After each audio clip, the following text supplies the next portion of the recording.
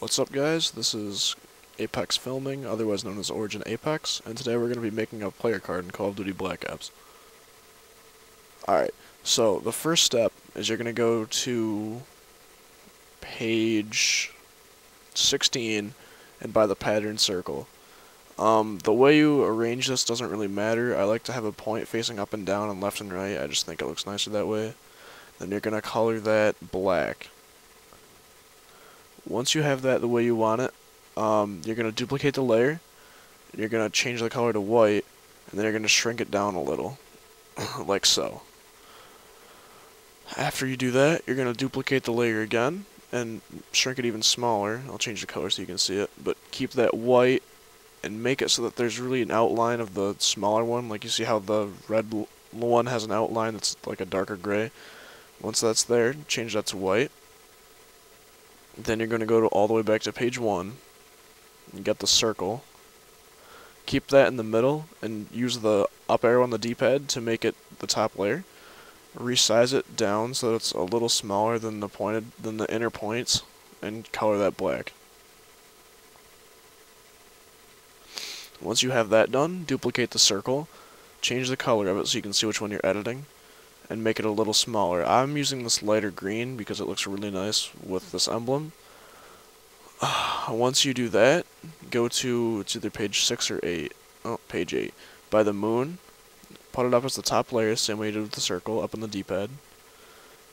Make that flush with the circle. I'm sure you've seen this in a lot of Playercard tutorials. Turn this to a darker color than the inside of your circle. I'm using the darkest green, again, because I think it looks nice. Once again, you're going to go back to page 1, make another circle, put that on the top, resize that down so that it's a little smaller than the outside of the circle, like so, and then change this color to black. After you've done that, you're going to duplicate the circle, change the color to white, and shrink it down a little, so that the black line on the edge of this is about the same as the one on the outside. Once you've done that, you're going to go back to layer 9 and make another moon, again page 8, and make that flush of the inside circle the same way it is the last time. Of course, bring it up to layer 1 so that it's on top of everything else.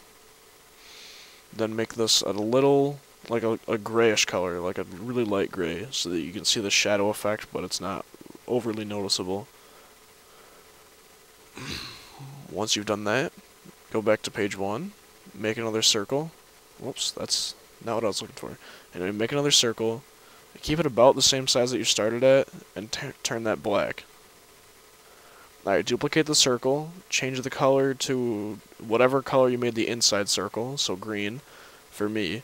Make it a little smaller, like so. Duplicate it again, change the color, make it a little smaller, so I'm going to make it black again, and then leave it about like that. And that's pretty much it. I mean, you can fine-tune everything as you see fit. Like I see this inside border is a little thin. Resize that. And that's about it, guys. Yeah, good luck. Have fun making your player card. This has been ApexFilming.